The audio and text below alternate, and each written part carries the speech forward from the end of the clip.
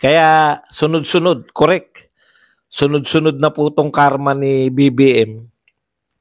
Hindi na naimbitahan. Alam nyo, pumapalag po itong mga BBM vlogger, no? Wala naman pong pakialam dapat naman hindi naman daw po malaking issue yung pag-imbita. Anong hindi malaking issue? Huwag kayong peke. Kung hindi malaking issue sa kanya yan, siya nga ang kauna-unahan, isa sa mga naunang bumati kay Donald Trump eh.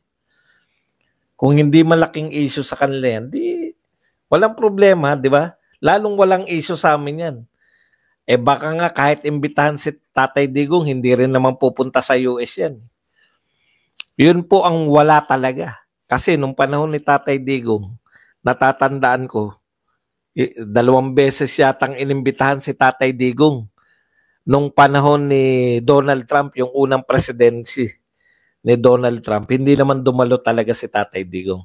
Okay. Kaya ba na US yan? Yung sinasabi nilang isa-sanction nila yung ICC. Siga po ng mundo ang US. Kaya po nila yan. At nagawa na po yan ni Donald Trump. Mas maliit lang yung sanction. Sa ICC rin. Basahin po natin. Ito po, balita po to nung unang presidency ni Donald Trump, December 14, 2020. Ang ano po nito, si Fatou Bensouda pa. Yan po yung babae. Siya po yung prosecutor ng ICC. Ang gustong imbestigahan nito ni Bensouda, yun pong US mismo, no? Yung ano ba yung imbestigahan dito? Kung hindi ako nagkakamali, ayan. ICC investigation sa mga US forces sa Afghanistan at Palestine. Ngayon, kaya nagalit si Donald Trump. Sinanction niya 2 tao lang, hindi yung buong ICC. No? Pinarusahan niya. Yung baka nalilito po kayo sa meaning ng sanction. Pag sinabi pong sanction, dito po sa wordings na to, parusa. So pinarusahan po ni Donald Trump itong si Bensouda at saka yung kasama niya pa sa ICC, si Fatou Bensouda at saka si Paquiso Muchochoco. Okay. So ano po yung sinanction sa kanila? Freeze po, no? May executive order noong 2020 si President Donald Trump. Freeze po yung mga pag-aari ni Bensouda sa US. At isa pa, ito po ang pinakamalupit dito, no? Dineklara sila na kasi dideklara sila na yung parang hindi ka kanais-nais. 'Di ba sa atin meron tayong yung persona non grata, 'di ba? Hindi ka ayaw ka namin dito. Merong katumbas nun. Ano ba yung tawag doon? SDN.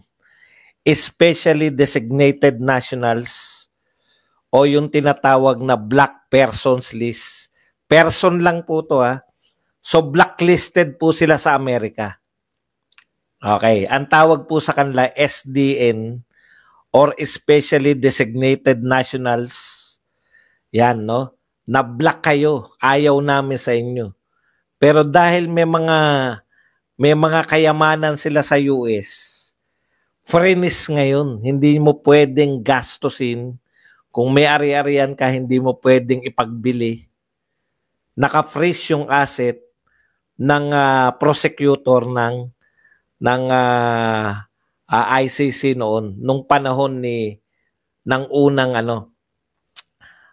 unang presidency ni Donald Trump. Ngayon po, ang balak parusahan ni Donald Trump, hindi na lang po yung si Khan, yung prosecutor. Ang balak pong parusahan na ni Donald Trump ngayon, yung buong organisasyon na ng ICC kasi masyado nang sutil. Masyado na silang nakikialam sa mga sovereign nations. Hindi po member yung US eh. 'Di ba? Same sa Pilipinas. Hindi nga kami member, bakit nyo kami imbestigahan? So magpe-flex lang po ng muscle tong si Donald Trump. At yan po. Ngayon, kung kayo ay na-declare na SDN ng US, kadalasan po ng blacklisted sa US, kahit yung property mo nasa ibang bansa, wala sa US, kadalasan po, yung mga bangko, halimbawa, ang pera mo nasa France, may bangko ka sa France, sasabihin mo, wala naman sa US, hindi ako apektado. Hindi po. International po yan. Kadalasan po, kinikilala ng mga bansa, lalo na ng mga Europeans, yung mga sinasanction ng US. Kasi takot sila na sinanction ng US, tapos ikaw, makikipagtulungan ka sa kanila. Yun yung magiging problema ng ICC ngayon. O ngayon, kumusta na uli dito sa Pilipinas? Kumusta na yung mga tagapagsulong ng ICC dito?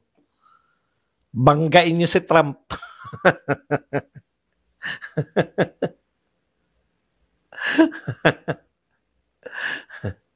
Nakita mo ba listahan? Okay yun. Ayaw mo nung sisikat ako.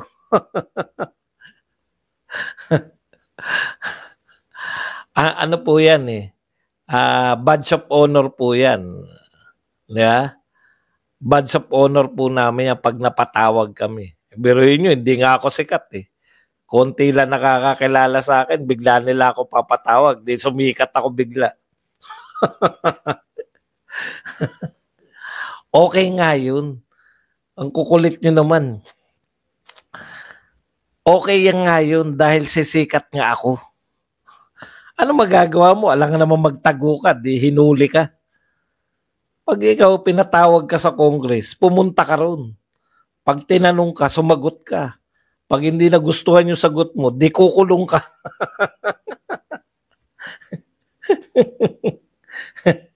Pero sikat ka. Nasa balita ka na kinabukasan, di ba?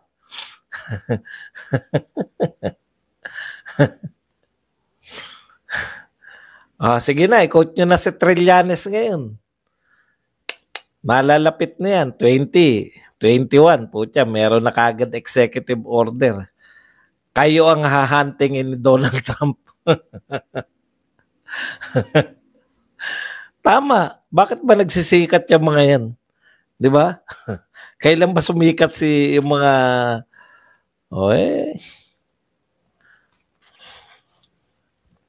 Wala namang problema eh. Doon makikita ngayon yung husay.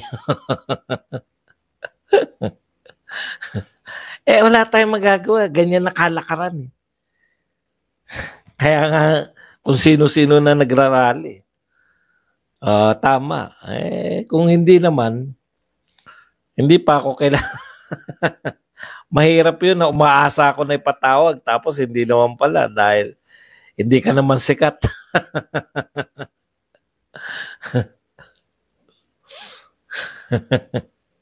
Okay. Punta na po tayo rito sa reorganization ng NSC. Alam niyo po, wala po kayong ewan ko kung paano nila nalaman na nariyan ako. Wala po akong problema dyan. Part po yan ng, anong tawag dito? Part po yan ng ating